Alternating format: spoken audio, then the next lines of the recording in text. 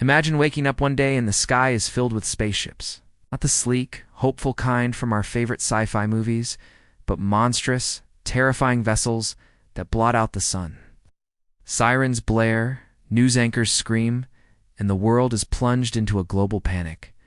An alien invasion is upon us, or so they tell us. This is the world of my new story, a world where fear is the ultimate weapon, manufactured and broadcast 24/7 by the very governments sworn to protect us. They stage a breathtakingly realistic alien invasion, a grand spectacle of terror designed to unite humanity against a common enemy, and it works. People rally, cities fortify, and a new kind of global unity is born from sheer unadulterated fear. But what if the enemy we see isn't the real threat? What if the real aliens aren't in the sky, but all around us, invisible? In the shadows of this orchestrated chaos, a hidden species suffers. These are the true aliens, beings of pure energy that have lived alongside us for millennia. They aren't invaders, they're parasites, but not in the way you might think. They feed on human emotion. For centuries, they thrived on our joy, our love, our creativity, the very essence of what makes us human. But now, the constant weaponized fear broadcast across the globe is poisoning them. The curated panic, designed to control humanity, is inadvertently killing another race. Fear, when it festers and turns into violent collective rage, becomes a toxic substance they cannot digest. Their world is withering, their people are dying, and they are completely unseen. Our story centers on Leo, a teenager who, like many of his generation, has grown up disillusioned. He's cynical, detached, and sees through the cracks in the official narrative. He doesn't buy the raw patriotism fueled by terror. He feels a profound emptiness, a sense that something is fundamentally wrong with the world. Long before the first fake spaceship ever appeared, he spends his days sketching in a worn-out notebook, capturing the faces of people twisted by a fear he believes is a lie. One night, while sketching in a deserted alleyway, a shimmering distortion in the air catches his eye. Flicker of light, a whisper of energy. Out of this shimmer emerges Kale, a young alien child, translucent and fading. Kale is dying, poisoned by the rage that now suffocates the planet. He has used the last of his strength to become visible, to make a desperate connection with the one human whose emotions aren't screaming with fear. Leo. Through a fragile, telepathic bond, Kale shows Leo the truth. He reveals their history, their symbiotic relationship with humanity, and the devastating impact of the government's grand deception. Leo sees visions of a vibrant past where these energy beings danced in the glow of human happiness at festivals, concerts, and quiet moments of love.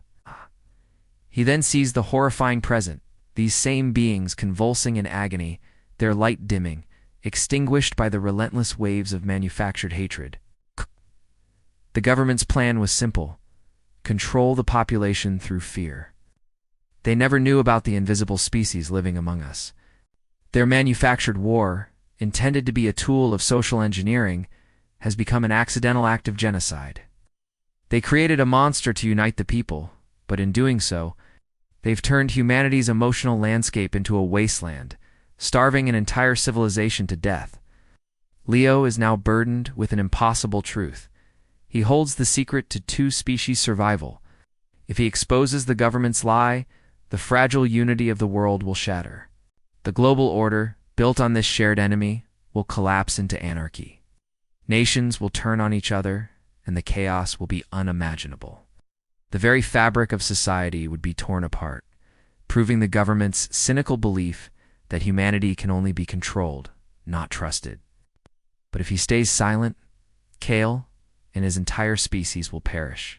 Humanity will continue to live in a gilded cage, their emotions manipulated, their potential for joy and love capped and controlled by a perpetual state of emergency. They will be safe, but not free, united in a hatred that is slowly poisoning their own souls, even if they can't feel it. This is the core of the story, the choice Leo must make. It's a choice that falls to all of humanity. Do we embrace a devastating truth, one that could tear our world apart, for a chance at true freedom and a restoration of our emotional ecosystem? Or do we choose the comfort of the lie, remaining in a state of controlled, murderous chaos, forever puppets in a war that never was? The government agents, the architects of this grand deception, are not one-dimensional villains. They are pragmatists who believe they saved the world from itself. They saw a planet on the brink of self-destruction through climate change, war, and political division, and made a utilitarian choice. They sacrificed emotional freedom for physical survival.